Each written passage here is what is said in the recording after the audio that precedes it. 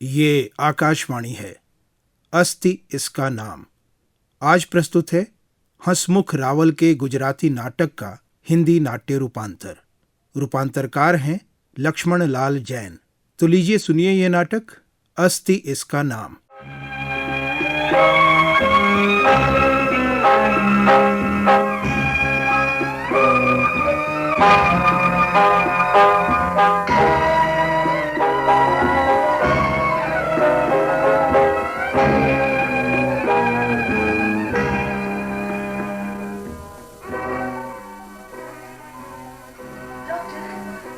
Doctor, मेरी neurological report.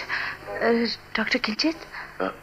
अस्ति, आप बैठो अस्ति।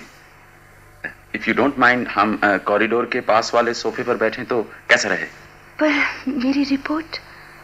क्या थोड़ी देर भी रुकना संभव नहीं? Sit there. Thank you doctor. Now what about my brain? Asti, you should give up your thinking.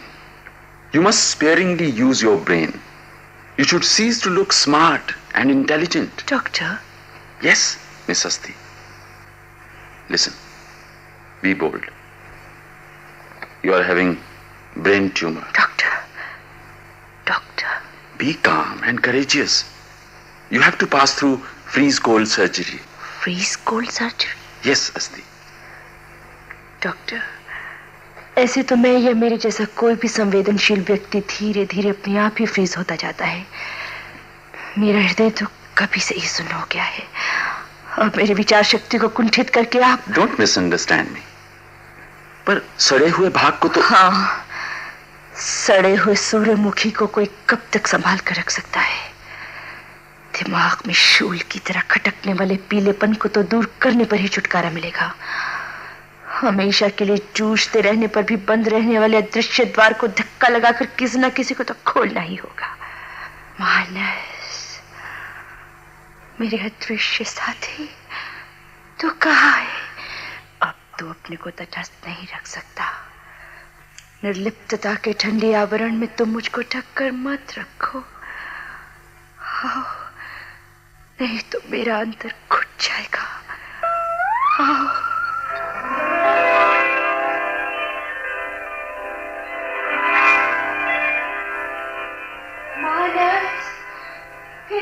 छोड़ दे, तू मुझे कहाँ लेकर जा रहा है? मेरे दिमाग में सहस्त्र सर फुंकारते हैं। मैं थक गई हूँ। मानस, मुझे छोड़ दे। अस्ति, ये है जगत का सबसे ऊंचा टावर, टॉपलेस टावर। मानस, मैं क्या करूं? ऑपरेशन करवा ले। मैं भी डॉक्टर? उसके पहले इस टॉपलेस टावर की सीढ़ियां उतर जाएं। देख कोहरे का पर्दा नीचे और नीचे खिसकता जाता है। देख, खिसकता जाता है। किंचित। डॉक्टर किंचित, ये फ्रीज कोल्ड सर्जरी क्या है? फ्रीज कोल्ड सर्जरी मिस अस्ति, फ्रीज कोल्ड सर्जरी में जिस भाग का ऑपरेशन करने का हो उसको फ्रीज कर दिया जाता है। अगर ये भाग पहले से ही फ्रीज हुआ हो तो? Could you listen to me? इसको ब्लडलेस सर्जरी भी कहते हैं। पर फिर मैं किस प्रकार फील करूंगी? झड़े हुए पंख की तरह ब्रेन ट्यूमर बाहर खिंचाएगा। Thereafter you will feel a new life. New life? No doctor, मुझसे नई जिंदगी सहन नहीं हो सकती। मैं तो चाहती हूँ मेरे रोम रोम को उज्ज्वल करने वाले चैतन्य लोक को। हे दिक्भास्कर, मुझे चैतन्य लोक के दर्शन कराओ। मेरी इच्छा को पूर्ण करो। तुझे यहाँ आने की इच्छा कैसे हुई? तू भी चैतन्य लोक के स्वामी की तरह सब जानते हुए भी अनजान बनता है। डॉक्टर किंचित कहते हैं कि ऑपरेशन से मुझे नई जिंदगी प्राप्त होगी। नई जिंदगी मिलेगी तो सही, मगर तू संभाल कर रख सके तब ना। मानस, पारदर्शक बोतल में बंद मेरा अस्तित्व खरगोश की तरह कूद कर बाहर आ गया है। मुझको आवश्यकता है चैतन्य लोक के आनंद की, परमानंद की। तो फिर हम चैतन्य लोक के स्वामी की प्रार्थना करें। तथास्तु।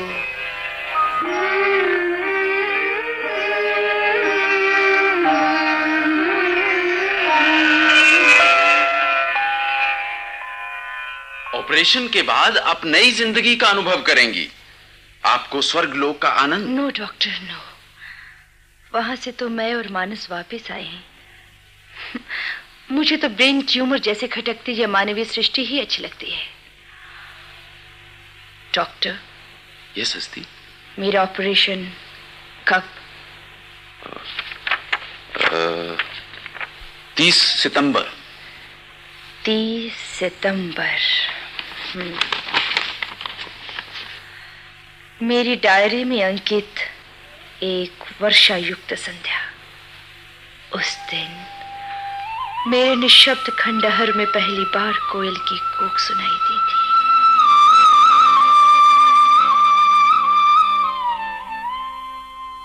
अस्ते, मटियाले रंग वाली वह ट्यूब मुझे दोगी? वही है ये, यही है वो। निरंतर मेरे स्वप्न में आता है। काली भब्बर दाढ़ी, मजबूत शरीर, बादामी रंग का कुर्ता, बंगाली धोती। शायद वही है। शायद क्यों, यकीनन वही है। तुमने मुझे जवाब नहीं दिया, ट्यूब भी नहीं दी। Oh sorry.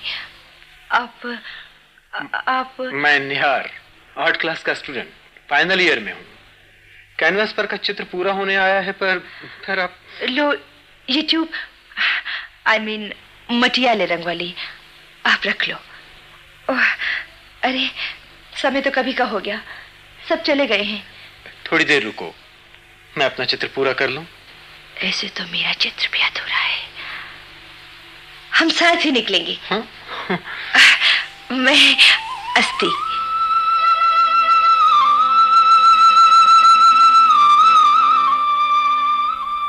उसकी पीठ मेरी आंखों में चिपक गई। मैं कैनवास पर के अधूरे चित्र पर तूलिका भिराती रही। रंग मुझे हाथ ताली देकर छिटक गए। प्रतीक्षा की पलकों पर लटकते हुए समय ने मुझको जगाया। तब निहार आर्ट क्लास छोड़कर चला गया था।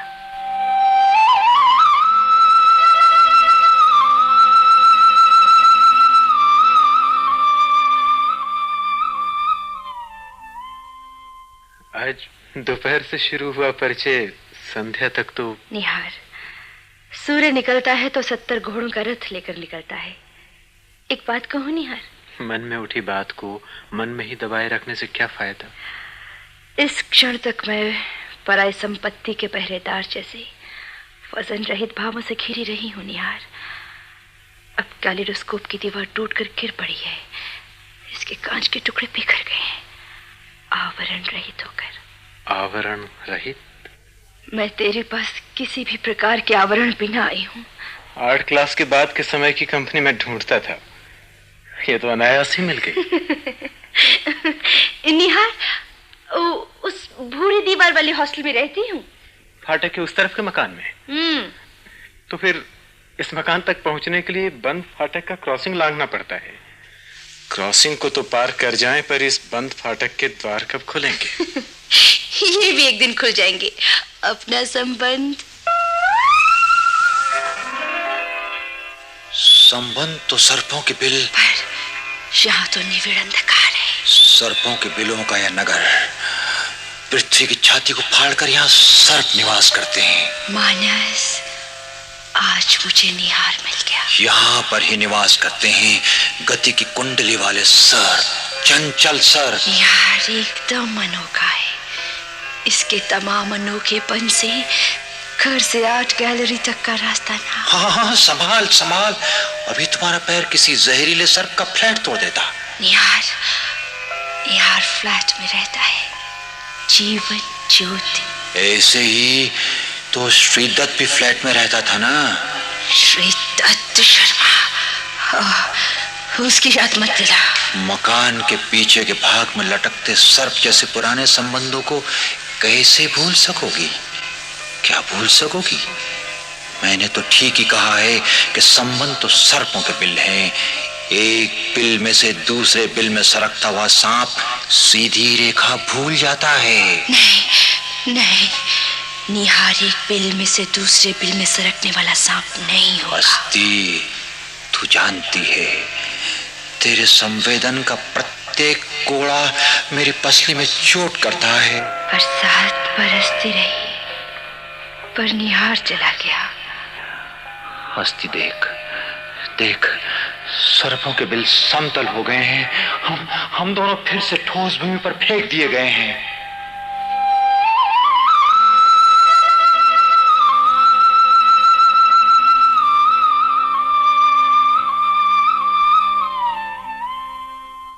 अस्थि, शायद तू जानती होगी कि मैं विवाहित हूँ। श्रीदत्त शर्मा एक फर्म में मैनेजर है। हिल के पीछे उसका फ्लैट है, ये सब जानती है तू। मेरा संबंध फर्म तथा फ्लैट से नहीं, तुझसे है।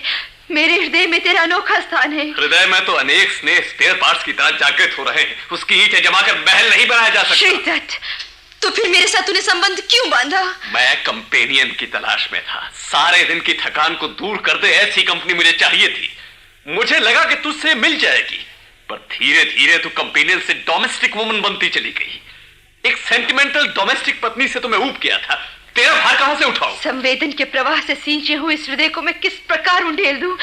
मैं जानती हूं कि उठती लहरों में सिंफनी नहीं, पर क्या? मुझे रंग बिरंगी प्रकाश की चमक अच्छी नहीं लगती। मैं तो कामना करती हूँ बिना रंग के प्रकाश की, शुभ्र श्वेत प्रकाश की। फिर एक बार इस प्रकार के प्रकाश की खोज कर रहा। मुझे तो रंग में रस था। तेरी तरह स्नेह का गीलापन मुझे भिगो नहीं सकता। Thank you very much for the company sofa.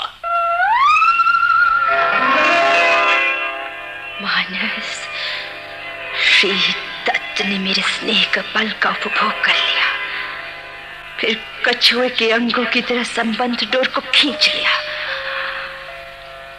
ये था मेरा पहला प्रेम। थिएटर के अंधकार में घूरती अनेक आंखों की तरह ये मेरे जीवन में आ बसा।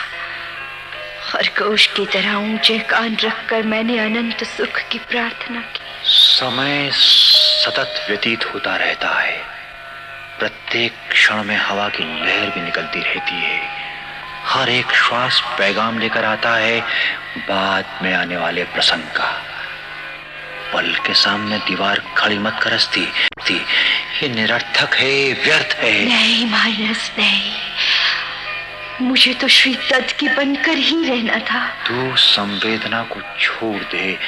भूल जा कि तेरे जीवन में श्रीदत्त शर्मा जैसा कोई अस्तित्व आया था। ये मुझसे नहीं होगा। तो फिर दूसरे श्रीदत्त शर्मा की राह देख। जब दूसरा आएगा तब मन अपने आप पहले को भूल जाएगा। नहीं, ऐसा नहीं होगा, कभी नहीं। मैं श्रीदत्त को रटते रटते मर जाऊंगी, क्योंकि मैं एक स्त्री हूँ। स्त्री के जीवन में ऐसा होता ही आया है। खासकर संवेदनशील स्नेहमय स्त्री के मन को अधिक धक्का लगता है। ये मन फिर खड़ा होता है ठोकर खाने के लिए। डॉक्टर, कैलेंडर में से 30 सितंबर का पन्ना निकाल दें तो? उससे ईश्वर के कैलेंडर में से पन्ना निकाला जा सकेगा क्या? इस तारीख पर आप नाराज हैं? ये तारीख कभी मरकरी रॉड का प्रकाश बनकर आती रही है मेरे जीवन में, तो कभी सफेद चद्दर से ढका हुआ शव बनकर। असल में तो वो है बंद पेटी में छिपाई हुई एक आवाज। ये कूक होगी या चीत्कार, ये तो 30 सितंबर ही बता सकेगा। That's good. Now you talk like अस्थि। डॉक्टर, आप मेरे दिमाग की पीड़ा को खींच निकालें, बस इतना ही काफी है।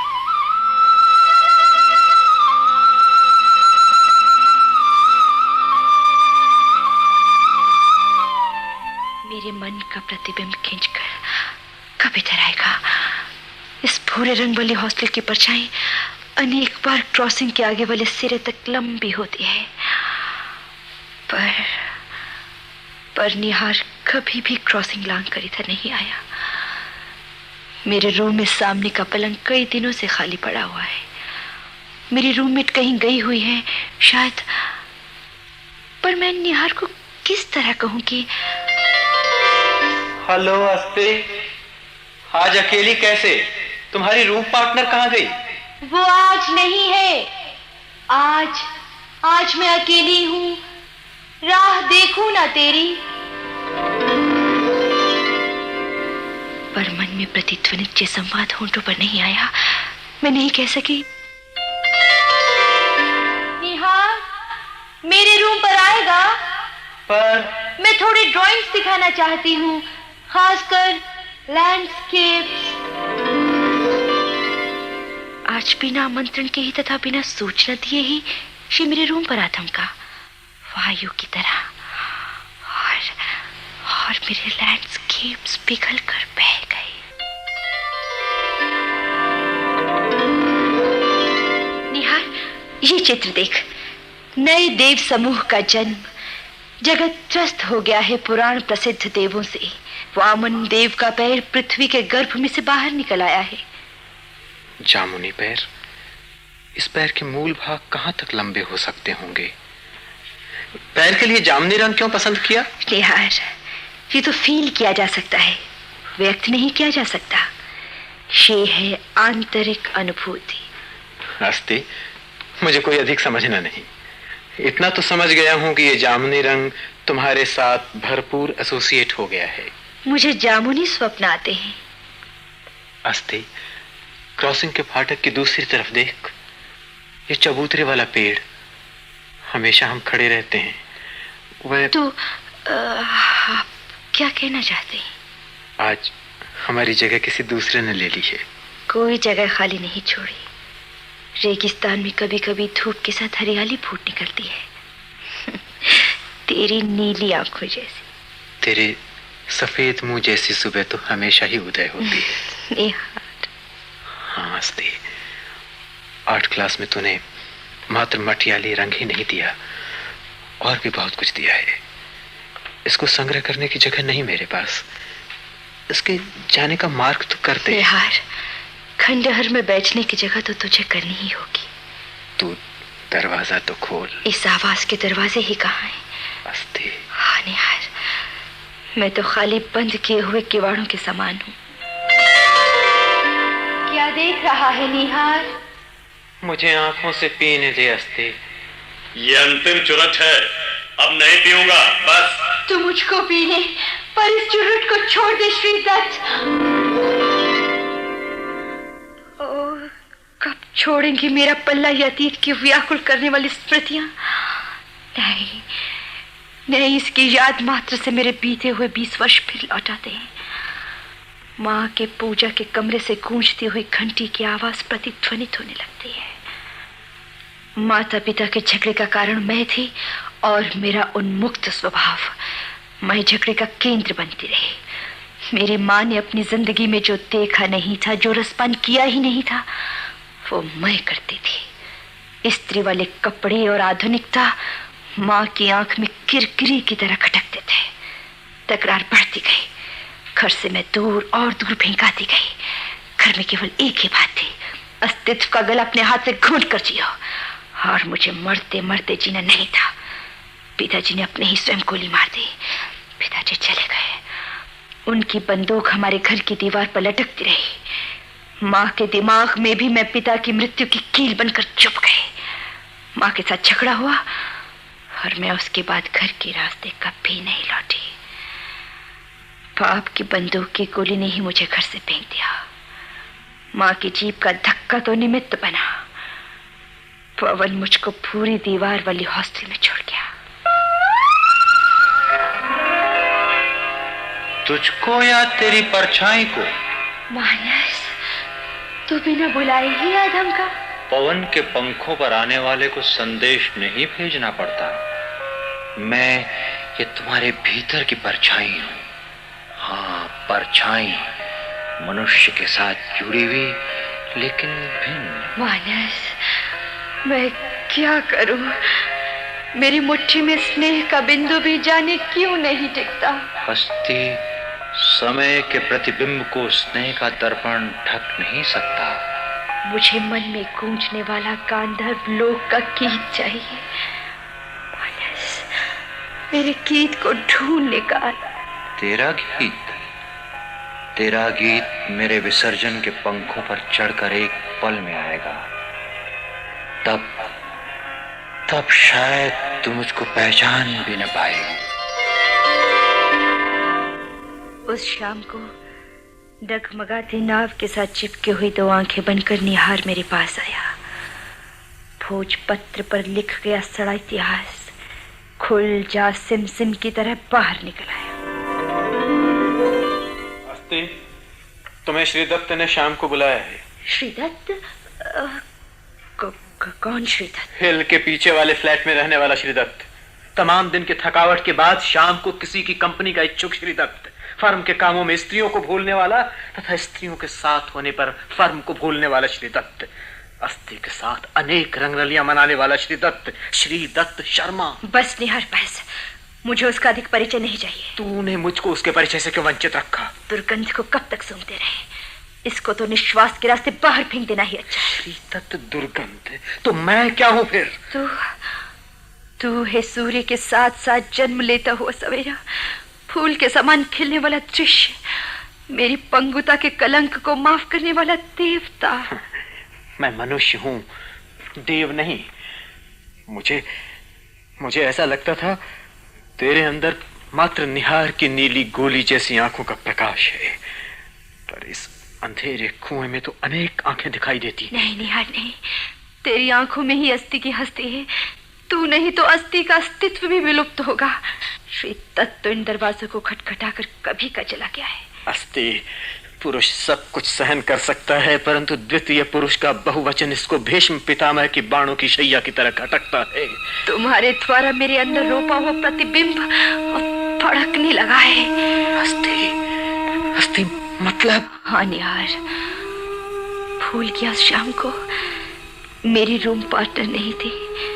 तू आया, हम दोनों ने इस जामुनी रंग को अंजलि भर भर कर पान किया। अब तेरे द्वारा मुझ में भूखे हुए शूल को लेकर कहाँ जाऊं? किसको खबर यह शूल मेरा है या श्रीदत्त का? यार, तू सब कुछ बोल पर ये मत बोल। दूसरा तो कुछ नहीं, पर मिट्टी की कोठरी में प्रगाढ़ नींद में खोए हुए अनोखे सूर्य की निंदा मत कर। यह सूर्य नहीं, चंद्र के मस्तक में चिपका हुआ कलंक है। चाहे कलंक ही हो, पर साथ में सेवन किया हुआ स्वप्न है। छोटेपन से ही मुझे घर नहीं मिला निहार। तू, मैं और श्रीदत्त के पास कब जाना है? मेरा गला घोंटते पेट पर लात मारकर अंकुर खींच ले, प्रतिबिंब पर परछाई डालकर मेरा चित्र मत मिटा। बोल अब मैं कहाँ जाऊं? जा किसी दाई के पास। तू कलाकार नहीं, जल्लाद है, जल्लाद। मेरे पीठ के अंगारे पर बर्फ की कुल्हाड़ी मत फेंक।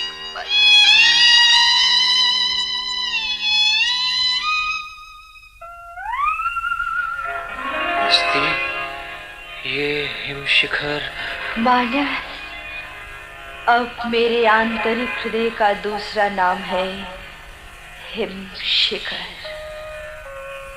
अब मैं संवेदन रहित बुद्धि प्रतिमा।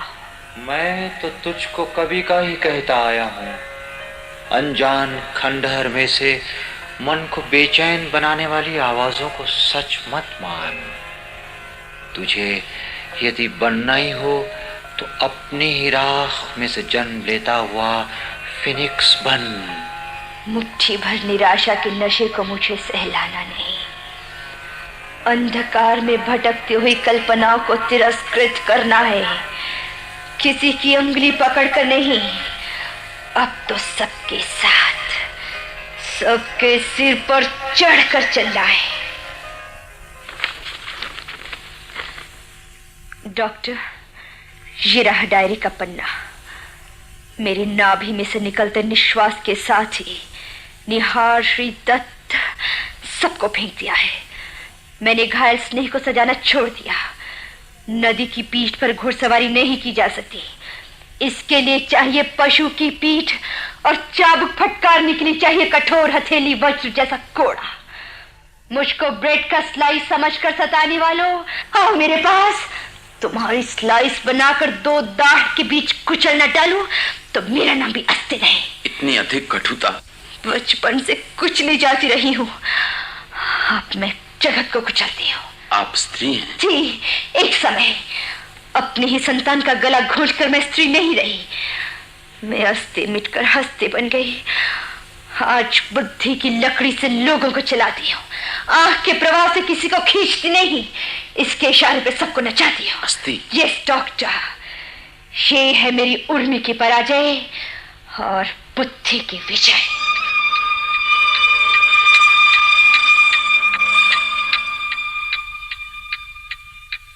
ये रहा अस्ती का ब्रेन ट्यूमर, सड़ा हुआ सूर्यमुखी। कैसा मासूम चेहरा था ये, आज ये बिल्कुल बदल गई है। निस्तेज आंखें, मुड़ी हुई थर थर कांपती उंगलियां, बाहर से वज्र जैसी कठोर दिखाई देती है अस्ती। पार्टियों, lectures, business, meeting, exhibition, art organisation में व्यस्त रहती है अस्ती। एक दिन यही थी मोम की गुड़िया, एक दिन, हाँ एक दिन। Yes, here it is. Sister, remove.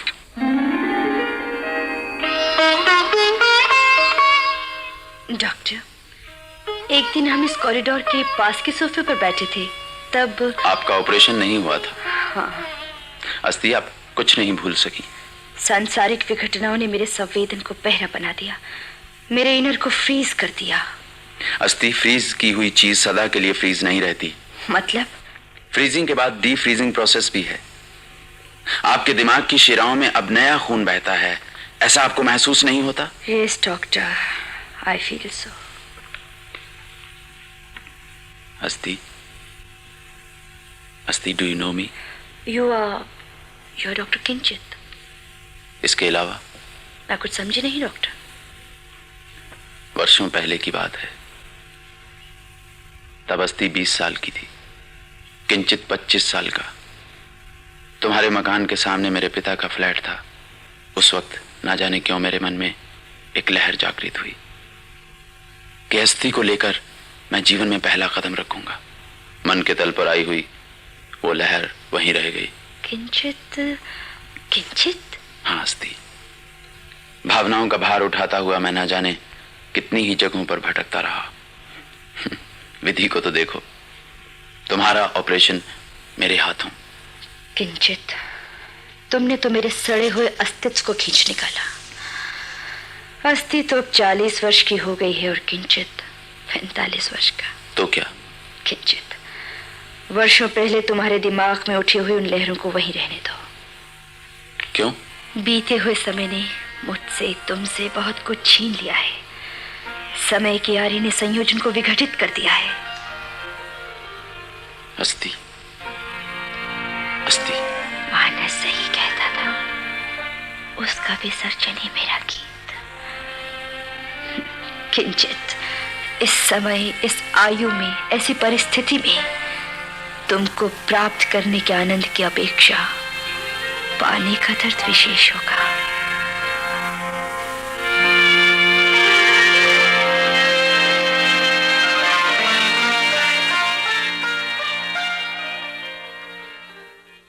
अस्ति इसका नाम। अभी आप हंसमुख रावल के लिखे गुजराती नाटक का ये हिंदी नाट्य रूपांतर सुन रहे थे। रूपांतरकार थे लक्ष्मण लाल जैन। नाटक के निर्देशक थे दीनानाथ और प्रस्तुति सहयोग सुदर्शन कुमार का था। नाटक में भाग लेने वाले कलाकार थे वी.एम. बडोला, राम गोपाल बजाज, अरुण माथुर, ओम पुरी और सुषमा आहूजा। केंद्रीय नाटक एकांश द्वारा तैयार किए गए इस नाटक को आकाशवाणी के दिल्ली केंद्र से प्रसारित किया गया।